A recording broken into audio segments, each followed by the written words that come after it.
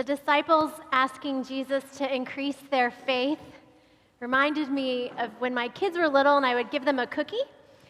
And it didn't matter how big the cookie was, they always had to have one cookie for each hand. They could never just be content with one. It's interesting to me that Jesus doesn't just answer the disciples' request for more faith by giving them more faith. Why not increase their faith? Instead, Jesus essentially tells his disciples they don't need more faith. Luke's version reports that Jesus says if they had faith the size of a mustard seed, the smallest seed of all, just the teeny tiniest amount of faith, they could say to a tree, "Move," and it would obey. Matthew's version of this has Jesus telling them that they could move mountains. And it makes me wonder how often we ask God for more faith when we already have enough too.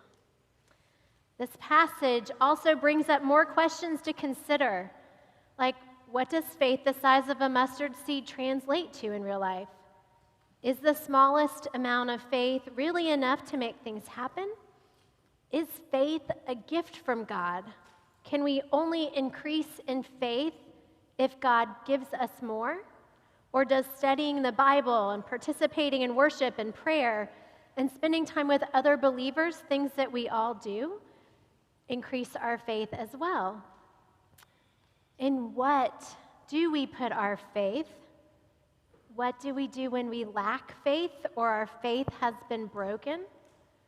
And if a little faith is all we need, how do we put it into practice and start moving those mountains?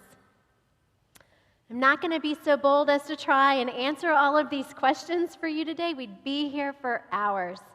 But I will say a few things about faith that I've learned over the last 45 years of my life, living a life of faith. A little less from my seminary classes. So if you want a more academic approach to this subject, ask me later. I'll point you to some great resources. But to start with, let's define what faith is. The letter to Hebrews says that faith is the assurance or substance of things hoped for, the conviction of things unseen. One of my favorite quotes comes from Barbara Brown Taylor, who describes faith in this way. Faith is not a well-fluffed nest or a defended castle high on a hill. It's more like a rope bridge hanging over a scenic gorge, steady but swinging back and forth with plenty of light and plenty of air, but precious little to hang on to, except those stories that you have heard. Faith always relates to what is unseen or hoped for. Faith is the space beyond where science and facts take us. It's the place that we seek shelter when the ground beneath us has crumbled and there's nothing else to stand on. Faith is the thing that we grasp for when we're at the end of our rope and need something, sometimes anything, to hold on to. Like the disciples, I think we tend to want our faith to increase when life is challenging. And when things are going well, we tend to maybe not think about it as much. We actually put faith in a lot of things that we don't think about too much. Most of us have at least a little faith in the farmers that grow our produce, the grocery stores that stock our shelves, and the chefs and servers at restaurants that provide us with the food that we eat when we go out. We have faith that the bank we deposit our money in will give it back to us whenever we want it. We have faith that the drivers we share the road with will respect those little painted lines between us while we travel parallel, often in opposing directions at high speeds. We have faith in many of these things without any evidence that they are trustworthy or deserving of our faith at all.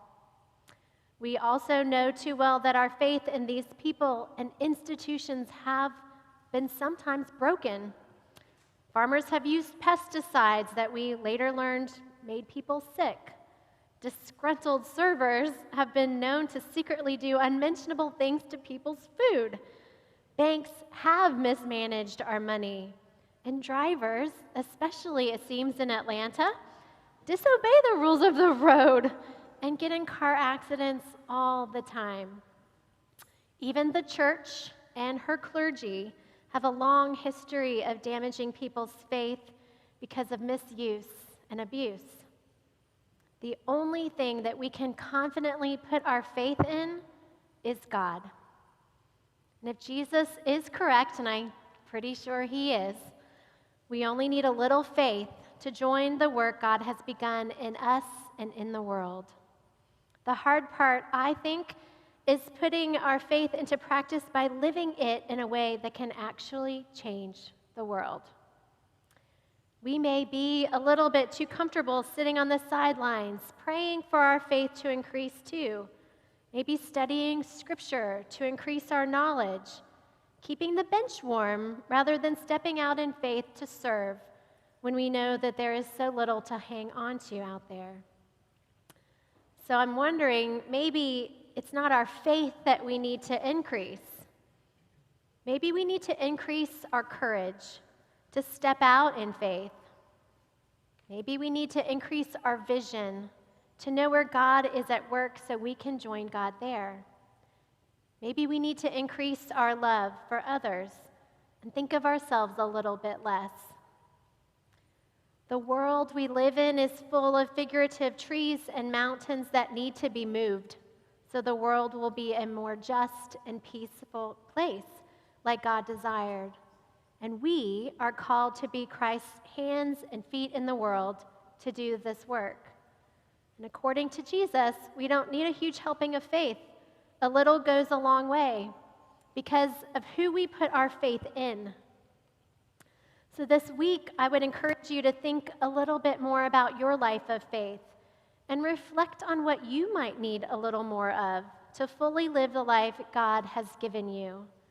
Stepping out in faith will mean something different to each of us, but it's something that we are all called to do. If you can get quiet and still for a moment, you might hear that still small voice inviting you to step out of your comfort zone and serve in a new way, embrace a new change, start a relationship, or maybe heal an old one. The possibilities of what we can do when we step out in faith are endless.